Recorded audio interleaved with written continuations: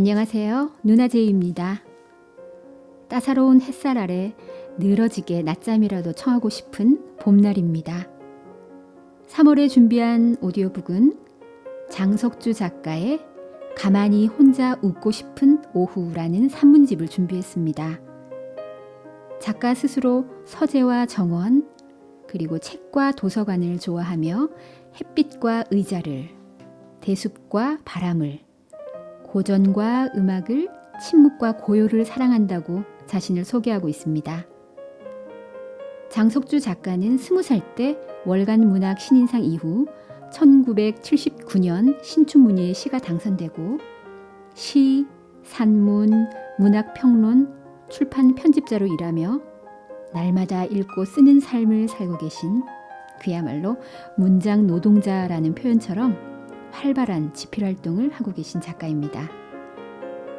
오늘 낭독할 내용은 가만히 혼자 웃고 싶은 오후의 48개의 산문 중 인생의 맛에 대하여 라는 제목의 산문입니다. 시작보다 끝이 더 많아지는 인생의 평온한 오후에 작가가 느끼는 인생, 사계절의 맛은 어떨지 궁금하네요. 책 속으로 들어가 보겠습니다. 잘 들어주세요.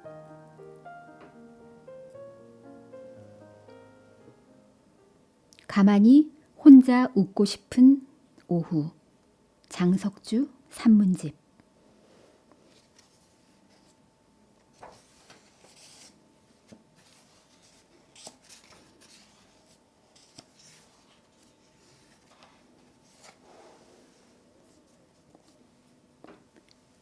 인생의 맛에 대하여. 봄의 맛. 봄은 무법천지다. 무법은 여기저기 함부로 피어나서 눈부신 백화제방이다. 이 무법 사태를 누구도 책임지지 않는다. 무법을 무찌를 수 없다면 또 다른 무법을 일으킬 수밖에 없다.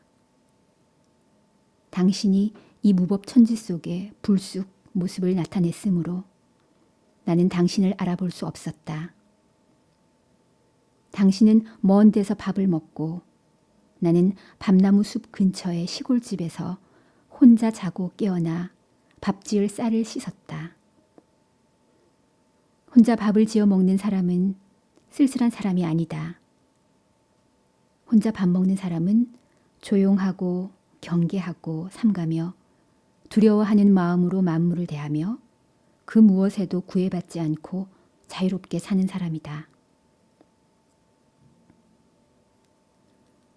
봄엔 겨우내 먹은 김장김치에 질려 혀의 미래를 깨우는 상큼한 것을 먹고 싶다.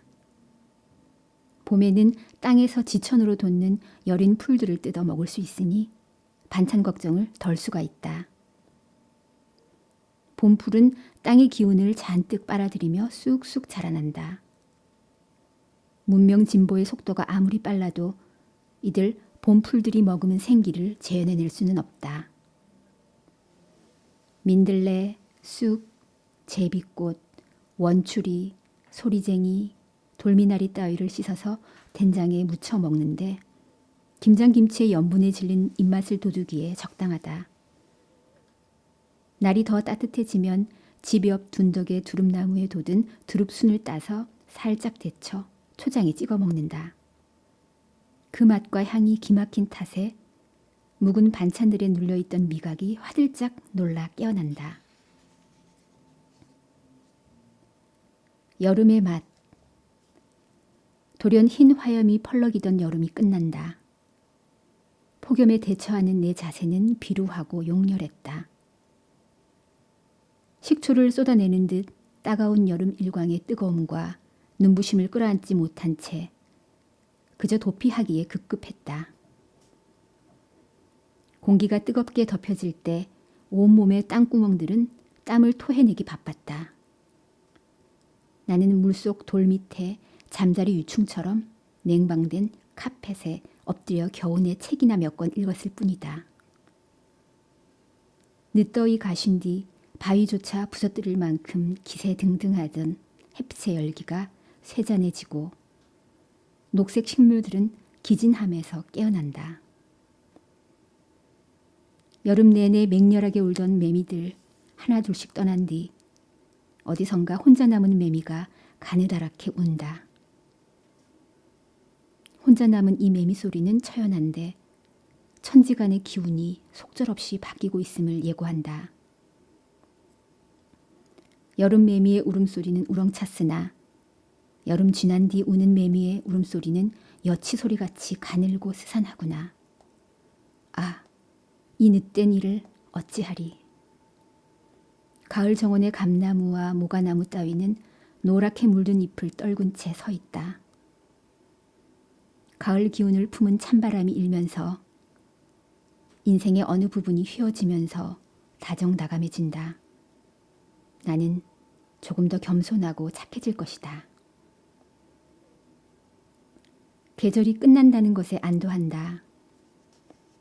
어떤 연애는 끝이 있어서 숨을 돌리고 살만해진다. 계절이나 연애에 끝이 없다면 상상만 해도 지루하고 끔찍하다. 여름이 끝나면서 아쉬운 것은 여름의 풍미를 더는 맛볼 수 없다는 것이다. 이를테면 남에서 올라온 민어회 몇 점을 두툼하게 썰어 입안 가득 넣고 씹고 난 뒤 입가심으로 잘 익은 장어원 햇살의 복숭아를 한 입 베어 물고 턱으로 흐르는 그 즙의 달콤함에 취할 때 나는 단순하게 행복해지는 것이다. 겨울의 맛. 시골에 혼자 있을 때 나는 호구지책과 상관이 없는 노자의 도덕경을 옆에 끼고 읽거나 한정판으로 찍어낸 설악산 생태보고서나 반세기 전에 나온 한국지리학회지 따위를 쉬엄쉬엄 읽으며 살았다. 오후엔 배낭을 메고 안성 인근 해발 400, 500m 남짓한 산을 찾아 능선을 따라 걸었다. 산행에서 돌아와 저녁을 먹고 나면 사위는 이내 캄캄해졌다. 어느 날 어둠에 감싸인 한밤중 흰개가 느닷없이 짖었는데 계절이 바뀔 무렵 안개가 올라오거나 흐린 날 귀신도 종종 나타났으니 오랜만에 오신 귀신인가 했다. 이불을 걷어차고 문을 열어 바깥을 내다보니 눈이 내리고 있었다. 천지간 고요 속에서 그해 첫눈이 펑펑 내렸다. 혼자라는 자각은 뼈가 시릴 만큼 날카로워서 나는 어깨뼈를 탈골시키고 싶을 만큼 외로웠다. 이제 흰개도 첫눈도 미칠 만큼 격정적인 외로움도 다 사라졌다. 며칠째 눈이 쌓여 차를 갖고 시내에 나갈 수가 없다. 바깥 나들이를 하려면 부득이 눈이 녹을 때까지 집안에 갇혀 침묵을 벗삼아 견뎌야만 한다.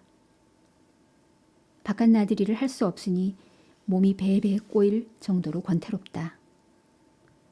그런 날 가자미나 고등어 같은 비린 것이 먹고 싶어 몸이 안달하지만 갑자기 그런 것들을 구할 수 없으니 참을 수밖에 없다. 김장김치를 꺼내 프라이팬에 볶아 밥 한 고기 먹는 것으로 만족한다. 지루하고 긴 겨울의 진미는 큰 위안이 되기도 하는데 겨울 진미 중 하나가 동지 팥죽이다. 노모가 있었다면 무쇠솥에 팥을 삶고 찹쌀 새알심을 넣어 동지 팥죽을 끓였을 테다. 팥죽 한 그릇을 살얼음 서걱이는 동치미와 함께 떠먹을 수만 있다면 더 바랄 게 없으리라. 인생의 맛. 인생이 뭔지도 모르고 인생을 살았다. 봄, 가을을 60번씩 넘기고 살다 보니 그나마 어렴풋이 인생의 윤곽을 그려볼 수가 있게 되었다. 철학자 키르케고르는 인생은 뒤돌아볼 때 이해가 되는 것이지만 애석하게도 사람은 앞을 보며 살아가는 존재라고 말한다. 나는 진심으로 훌륭한 사람이 되고자 꿈을 꾼 적이 있던가? 잘 모르겠다.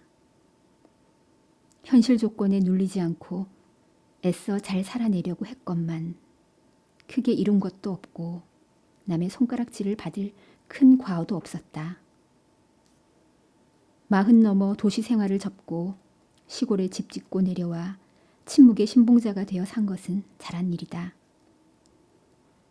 해마다 봄철에 열리는 나무시장에 나가 여러 나무들을 사다 심은 것, 모랑과 작약이 꽃피기를 기다리던 것, 초겨울 밤하늘에서 쏜살같이 흘러가는 유성우들을 바라본 것은 잘한 일이다.